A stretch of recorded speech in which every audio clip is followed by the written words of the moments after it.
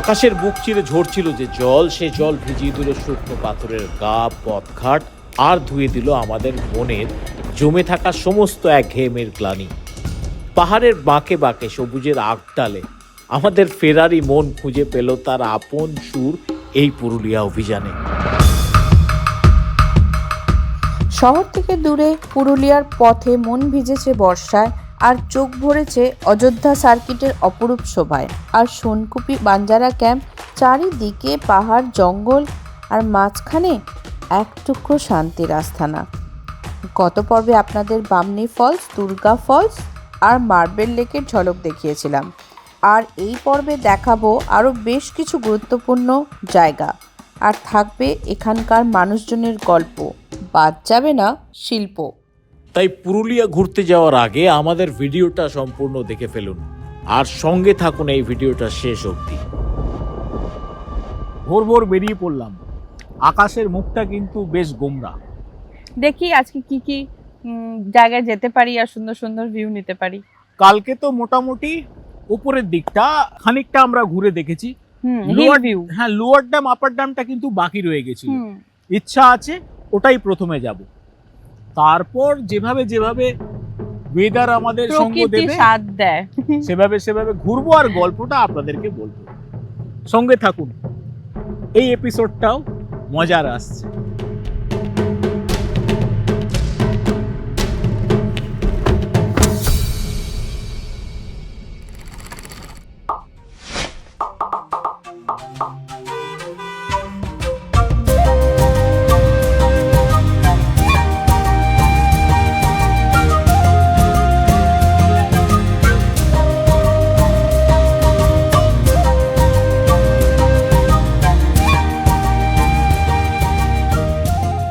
কোনো স্থানে এলে বা কোনো জায়গায় এলে সবচেয়ে প্রথমেই একটা আকর্ষণ জায়গা হয়, সেটা হচ্ছে কোথাও মন্দির।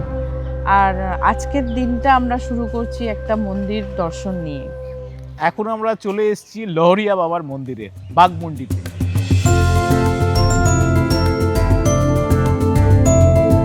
স্থানীয়রা বলছেন এই মন্দিরটার ইতিহাস, কেউ বলছেন 200 বছরের, কেউ বলছেন 250 বছরের।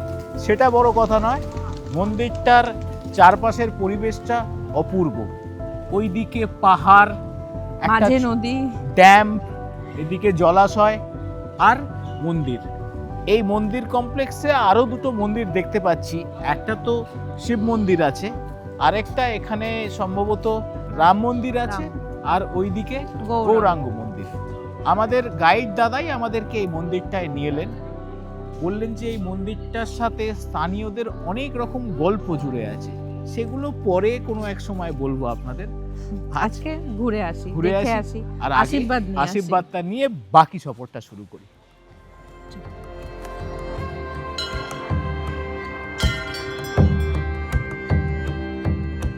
দেব দর্শনের পর এবার পেট পুজোর পালা। একদম রাস্টিক লোকাল ব্রেকফাস্টে ছিল মুড়ি, ঘুগনি আর সাথে তেলে ভাজা। তবে জল খাবারটা কোনোদিন ভুলতে পারবো না, সেটা অবশ্য ক্যামেরার পেছনে একটা দুর্ধর্ষ কাণ্ডের জন্য। কোনোদিন আপনাদের সাথে দেখা সাক্ষাৎ হোক, গল্পটা নিশ্চয়ই শোনাবো।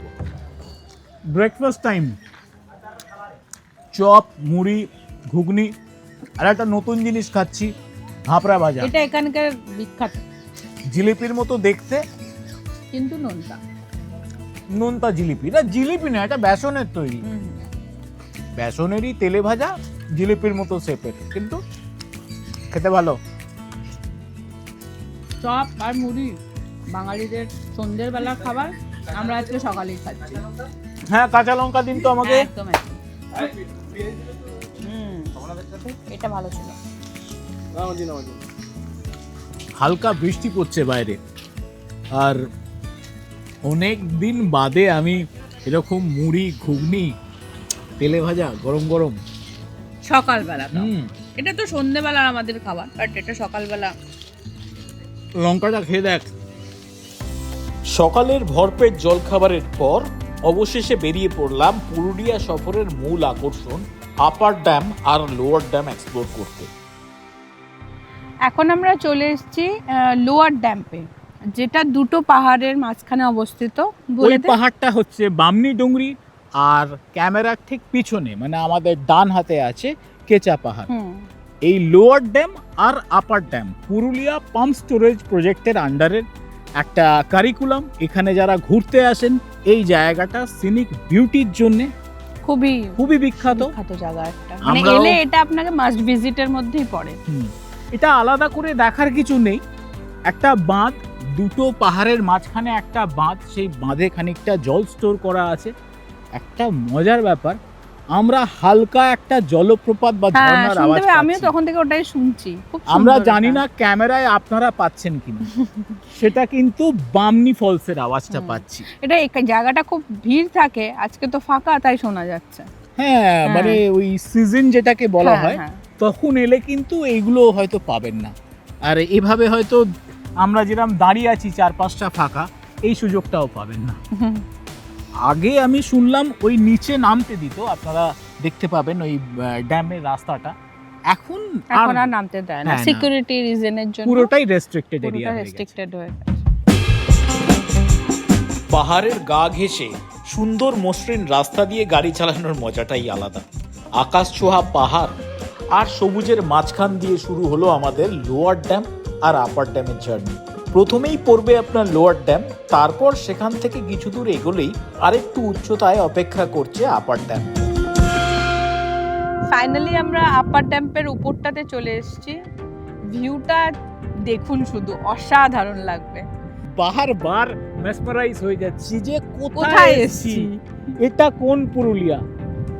পুরুলিয়াতেই ছিল, আমি আগে আসিনি, সেটা আমার প্রবলেম। যাই হোক, এই আপার ড্যাম আর lower dam Purulia pump storage প্রজেক্টের আন্ডারে পড়ে। 1983 সালে সম্ভবত সার্ভে হয়, হ্যাঁ হ্যাঁ, তাই হ্যাঁ। আমাদের গাইড বাবু বললেন 2002-তে কাজ শুরু হয়, 2007-এ কাজ কমপ্লিট হয়ে যায়।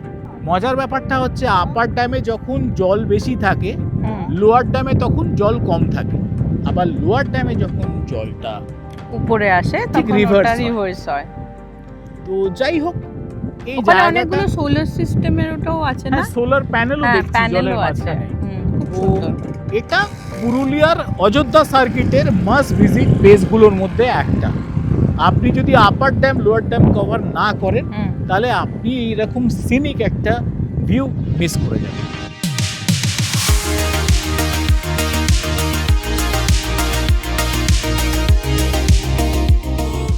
পুরুলিয়া আসার আগে আমি হিল সেকশন বলে ভেবেছিলাম গাড়ি চালানোটা বোধহয় একটু অসুবিধার, কিন্তু এসে দেখলাম না, খুব একটা অসুবিধা কিছু নেই। এরপর একটু আপার সেকশনে গাড়ি চড়তে গেলে যেটুকু যা অবস্টাকেল হয়, ব্যাস ওইটুকুই। আর গাড়ি রাখা নিয়েও কোনো স্পটে কিন্তু খুব একটা এখনো পর্যন্ত আমার সমস্যা হয়নি।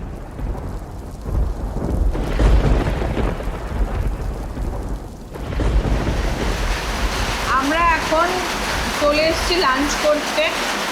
যেহেতু অনেক বৃষ্টি পড়ছে, মানে কন্টিনিউয়াসলি বৃষ্টি পড়ে যাচ্ছে এখানে, আর পাহাড়ের বৃষ্টি বুঝতেই পারছেন যে কতটা বেশি পরিমাণে হয়।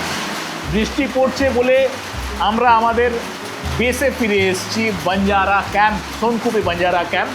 আর মধ্যাহ্ন ভোজনটা ওনাদেরই সৌজন্যে। আজকের মিলটাও আমাদের পিওর বেসিক কমফর্ট মিল।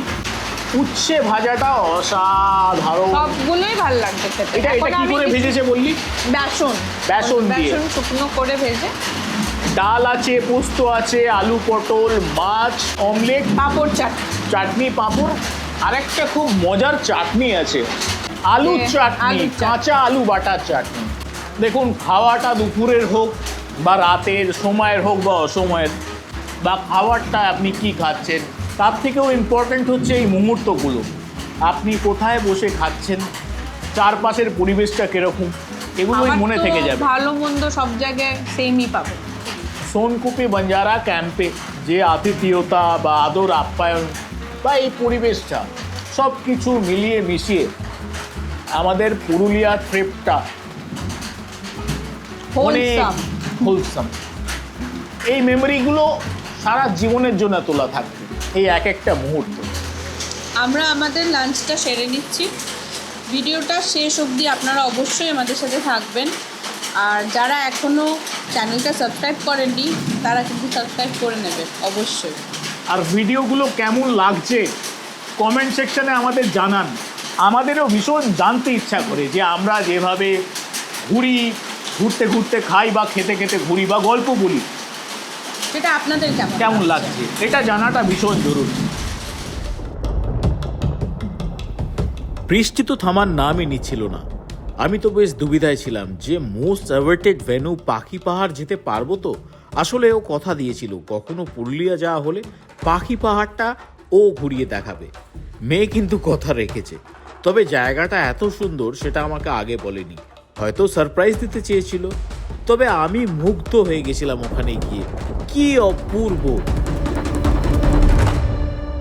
তো এই শাল আর মহুয়া গাছের মাছ দিয়ে যেতে হয় পাখি পাহাড়, তোকে বলেছিলাম না সেই?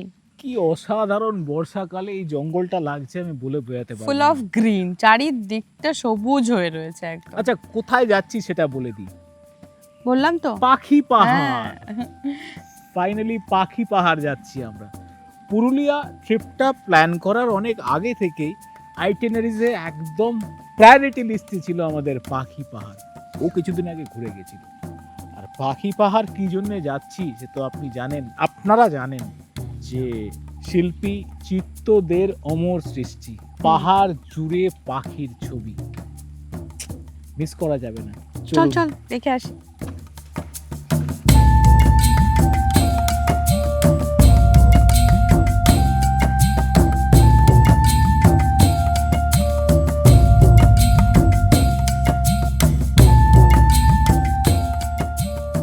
আচ্ছা, পাখি পাহাড়ে আপনারা যখন আসবেন, এখানকার স্থানীয় মহিলারা গাইডের কাজ করে থাকেন এবং পার্কিংয়ের দায়িত্বটাও ওনাদেরই। হ্যাঁ, তো ওনাদের মধ্যে কেউ একজন হয়তো আপনাদের সাথে আসবে একটা ন্যূনতম সাম্মানিকের বিনিময়। পাখি পাহাড়ের এক অনন্য এবং অসাধারণ অভিজ্ঞতার পর সন্ধে নামতেই পৌঁছে গেছিলাম চরিদা মুখোশ গ্রামে। মুগ্ধ হয়ে দেখলাম মুখোশ বানানোর প্রক্রিয়া, কিছু মুখোশ কিনলাম আর শিল্পীদের সাথে টুকটাক একটু গল্পগুজব করে জানলাম তাদের জীবনের কথা। চলুন সবাই মিলে মুখোশ গ্রামটা একটু ঘুরে ফিরে দেখে নেওয়া যাক। মুখোশ গ্রাম সম্বন্ধে কিন্তু অনেক ইন্টারেস্টিং ফ্যাক্টস আছে, যেগুলো উত্তম দাদাই আমাদের সাথে শেয়ার করবেন। এই গ্রামে আপনার প্রায় 150টি পরিবার আছে। ইনাদের প্রধান জীবিকা হচ্ছে মুখোশ তৈরি করা। এই মুখোশ তৈরির জন্য 2019 সালে এই গ্রামকে আপনার জিআই ট্যাগ দেওয়া হয়েছে। ছৌ মুখোশ যেখানে তৈরি হয় পুরুলিয়ার মধ্যে একমাত্র চড়িদাতেই তৈরি হয়, আর অন্য কোনো জায়গাতে পাবেন না। জগন্নাথ দেবের মুখোশগুলো রেডি হচ্ছে, একটা তাহলে নেওয়া যাক। উনি রেডি করে দেবেন? এখনই রেডি করে দেবেন? 5 মিনিট লাগবে। করে দিন তাহলে। হ্যাঁ, আমি এখনই রেডি করে দিচ্ছি। এই মুখোশ গ্রামে আমরা বংশ পরম্পরা এই কাজ করে আসছি। তো ছৌ শিল্পী যারা আছেন তারা তো এই মুখোশ তৈরি করে না, মুখোশটা আমরাই, মুখোশের গ্রাম একমাত্র আমরাই তৈরি করি। সারা বিশ্বের একটাই জায়গা হচ্ছে ছৌ মুখোশ, সেটা এই মুখোশ গ্রাম চরিদা। এই কাজে আমাদের সব কিছু মান সম্মান বজায় রেখেছে। আজকে নতুন নতুন যে তৈরি হচ্ছে মুখোশ, এই মার্কেট তৈরি হচ্ছে নতুন, বিভিন্ন প্রতিটা বাড়িতে বাঙালির ঘরে ঘরে একটা মুখোশ বাড়িতে রাখবে। আজকে সেই জায়গায় সম্মান এসেছে মুখোশের। আমরা যে দোকানটায় এসছি আদর্শ মুখোশ, ওখানকার যিনি শিল্পী ফাল্গুনী বাবু, উনি আমাকে বলছিলেন যে ওনারা আজকের ডেটে কিন্তু এই শুধু মুখোশ তৈরি বা এখানে বসে মুখোশ বিক্রির মধ্যেই সীমাবদ্ধ নেই। সামনেই দুর্গাপুজো, দুর্গাপুজোর প্যান্ডেল বা থিম, সেগুলোও কিন্তু ওনারা বরাত নিয়ে থাকছেন আর অনেক দূর দূরান্ত অব্দিও যান এই শিল্পটার বিস্তার করতে। ওনারা বিভিন্ন ওয়ার্কশপ করছেন, বিভিন্ন স্টেট গভর্নমেন্ট ওনাদেরকে ইনভাইট করে নিয়ে যাচ্ছেন এই শিল্পটাকে শেখানোর জন্য। ওয়ার্কশপ হচ্ছে, এটা বাঙালি হিসাবে আমাদের কাছে অনেক বড় পাওয়া এবং গর্বের।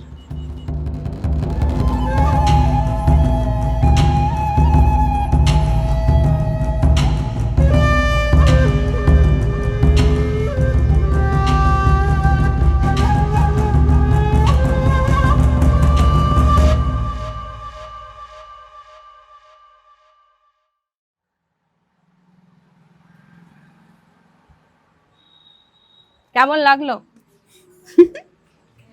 আমি চিনতেই পারিনি, এটা একটু বাড়াবাড়ি হয়ে যাচ্ছে। এক কথায় চরিদা মুখোশ গ্রাম অসাধারণ। এই যে একটা মার্শাল আর্ট বা অ্যারোবিক্স মিলিয়ে মিশিয়ে যে আর্ট ফর্ম ছৌ নাচ, আর ছৌ নাচের সাথে ওতপ্রোতভাবে জড়িত এই মুখোশ শিল্প, পুরুলিয়াটা পরিপূর্ণ, সমস্ত দিক থেকে পরিপূর্ণ। তবে কেন জানি না মনে হচ্ছে যে আমাদের আবারও পুরুলিয়া আসতে হবে, পুরুলিয়ার অন্যান্য দিকগুলো দেখতে, অন্যান্য দিকগুলো জানতে।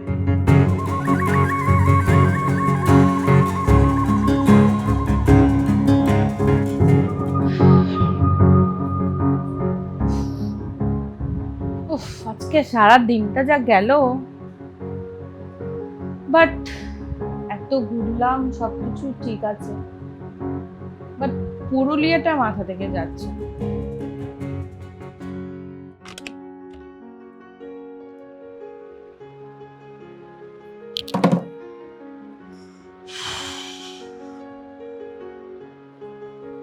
বাপরে, আজকে সারাদিনে এত ড্রাইভিং, বৃষ্টি, ট্রাফিক না, অফ রোডিং, সব ঠিক আছে,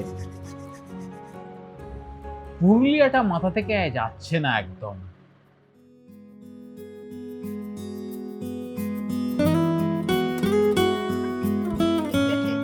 এই ঘুমাসটি? না রে, খাওয়া হয়ে গেছে? তাড়াতাড়ি ঘুমা, কালকে বেরোতে হবে। ওই যে বললাম, পুরুলিয়াটা একদম মাথা থেকে যাচ্ছে না। একই সমস্যা, পুরুলিয়াটা যেভাবে ঘুরলাম কিছুতেই মাথা থেকে পুরুলিয়ার ব্যাপার স্যাপারগুলো বার করতে পারছি না। একদমই তাই। আর যে জায়গাটায় আছি, মানে যেখানে থাকছি, সেই জায়গাটার এক্সপিরিয়েন্সটাও প্রতিটা মুহূর্ত খুব মনে সুন্দর ছিল, মাথা রয়ে গেছে। একদম একদম, মানে সবকিছুই ছিল, এত বৃষ্টি, প্রকৃতির সৌন্দর্য, সাথে জঙ্গল, পাহাড়, শিল্পীদের সাথে গল্প করা, সেখানকার মানুষজন তো নিশ্চয়ই, খাওয়া দাওয়া, মানুষজনের ব্যবহার, সবকিছু নিয়ে ওভারঅল আমাদের ট্রিপটা খুব ফুলফিলিং, খুবই। আর আপনারা যদি কারোর সাথে পুরুলিয়া আসতে চান তো অবশ্যই আমাদের ট্যাগ করবেন, আর এই ভিডিওটা তাদের সাথে শেয়ার করবেন, আর আমাদের চ্যানেলটা তো সাবস্ক্রাইব করবেনই করবেন, এবং আপনার প্রিয়জনদের সাথে আমাদের ভিডিওটা শেয়ার করবেন। অপ্রিয়জনদের সাথেও করতে পারেন, তাতে আমাদের আপত্তি নেই, কিন্তু মোদ্দা কথা আমাদের সঙ্গে থাকবেন, ভালোবাসবেন। খুব শীঘ্রই দেখা হচ্ছে আবার কোনো নতুন গল্প নিয়ে, আবার কোনো নতুন জায়গায়। ততদিন একদম আমাদের সাথে থাকবেন আর ভালো থাকবেন। Good night. ওই যে জার্নির কথা বললো, ওটা শুধু মাইলস্টোন পেরোনো নয়, বোধহয় নিজেকে নতুন করে চেনা, ওর মাঝে, আমার মাঝে, আর প্রকৃতির মাঝে। আবার ফিরে আসবো এই পথে, ওই পাহাড়ের টানে। কিছু স্মৃতি, মুহূর্ত সহজে মন থেকে যায় না, তাই না? তাই সে স্মৃতিটুকু সম্বল করে আবার চললাম বাড়ির পথে, আবার নতুন পথের সন্ধানের প্রস্তুতি নিতে।